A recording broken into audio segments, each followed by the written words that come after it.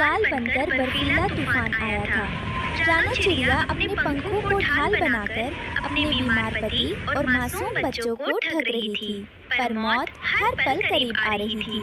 हे ईश्वर, मेरे बच्चों को ये ठंड मत लगने देना, चाहे मेरी जान ले ले पर इन्हें बचा ले। ऊपर की डाल पर ठाकुर कालू कौवा सोने के गहनों से लदा हुआ ताज़ा मांस खा रहा था। नीचे की बेबसी से उसे कोई लेना देना नहीं था। काव काव, भूरा देख, नीचे वाले घोंसले में आज सन्नाटा है। अगर कल तक रानो ने लगान नहीं दिया तो घर के अंदर सन्नाटा था। टुन्नू चिड़ा बेहोश था और बच्चे भूख से बिलख रहे थे। रानो, मेरी फिक्र छोड़, बच्चों को लेकर कहीं दूर निकल जा। मैं अब और नहीं उड़ सकता। नहीं टुन्नू, मैंने सुना है कि पवित्र चोटी पर सुनहरा धान है जो मुर्दों में भी जान फूंक देता है। मैं उसे लेकर आऊंगी। रानो ने अपने बच्चों गुड़िया और कुकू को गले लगाया। यह विदाई शायद आखिरी भी हो सकती थी। मम्मा, बाहर मौत का तांडव है, मत जाओ। बेटा, अगर आज नहीं गई तो हम सब वैसे भी नहीं बचेंगे। अपने पिता का ध्यान रखना। रानो के उड़ते ही कालू ने अपनी चाल चली। उसने भूरा कौवा को एक खतरनाक काम सौंपा। सुन भूरा, रानो के घोंसले के द्वार पर गीली मिट्टी और बर्फ की दीवार खड़ी कर दे। जब तक वो वापस आए, अंदर सब कुछ जम चुका हो।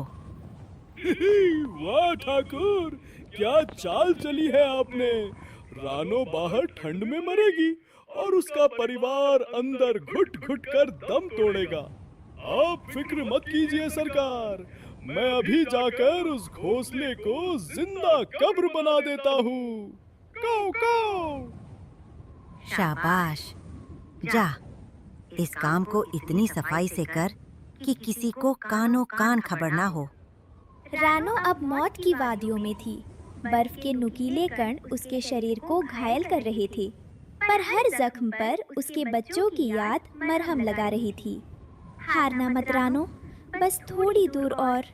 रानो लड़खड़ाते हुए नीचे गिरती है। तभी बर्फ के घर इग्लू के पास पहुंचती है। उस घर के द्वार पर उल्लू बाबा बैठे हैं। अंदर आ जाओ नन्ही चिड़िया, इस तूफान में बाहर रहना खुदकुशी है। यहाँ इस बर्फ के घर की गर्माहट में कुछ पल आराम कर लो। उल्लू बाबा रानो को अंदर ले जाते हैं।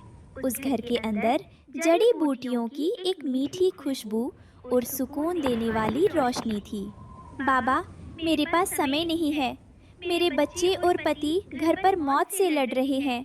मुझे सुनहरा धान चाहिए। क्या मैं सही रास्ते पर हूँ? तुम सही रास्ते पर हो बिटिया, पर तुम्हारी ये थकावट तुम्हें चोटी तक पहुंचने नहीं देगी। लो, ये गर्म काढ़ा पी लो।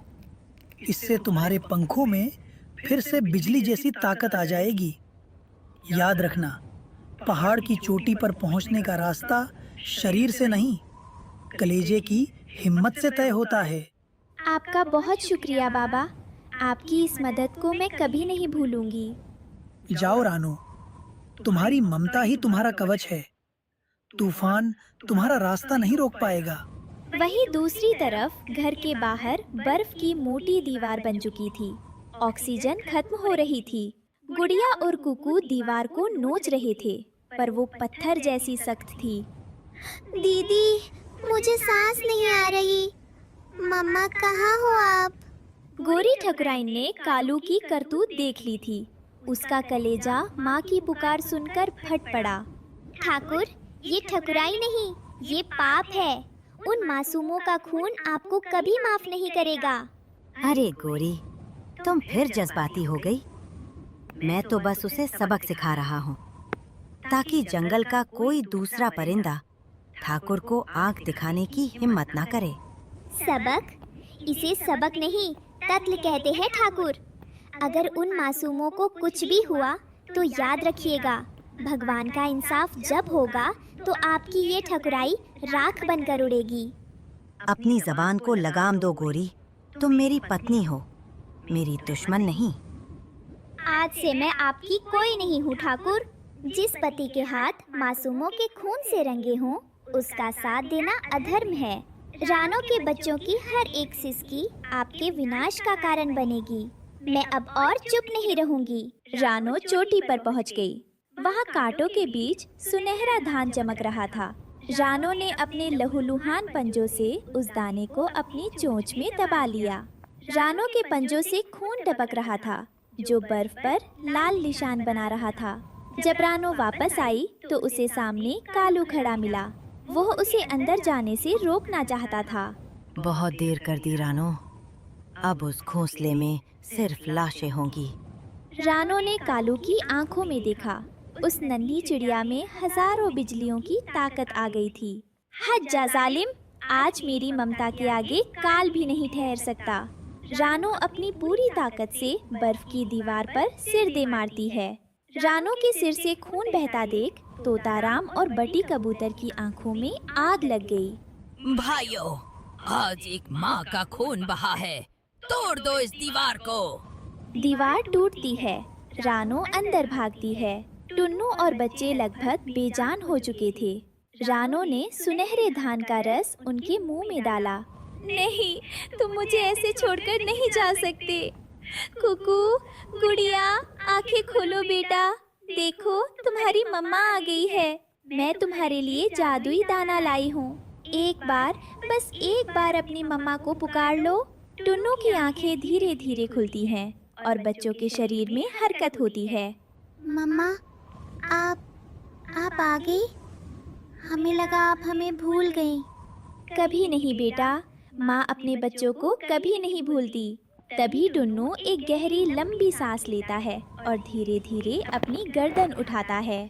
रानो, तूने मौत के मुंह से हमें खींच लिया। अगर आज तू ना होती तो ये जालिम ठाकुर हमें मिटा चुका होता। ये मैंने नहीं टुन्नू, ये हमारी एकता और ऊपर वाले के इंसाफ ने किया है। आज से हमारे इस घर में डर की कोई जगह नहीं होगी। वही बाहर बरगद के पेड़ के नीचे गोरी ठकुराइन ने कालू के सारे गहने उतारकर फेंक दिए और उसे सबके सामने अपमानित किया। जिस पति में दया नहीं, वो मेरा कुछ नहीं। जाओ कालू, आज से तुम इस जंगल के सबसे अकेले पक्षी हो।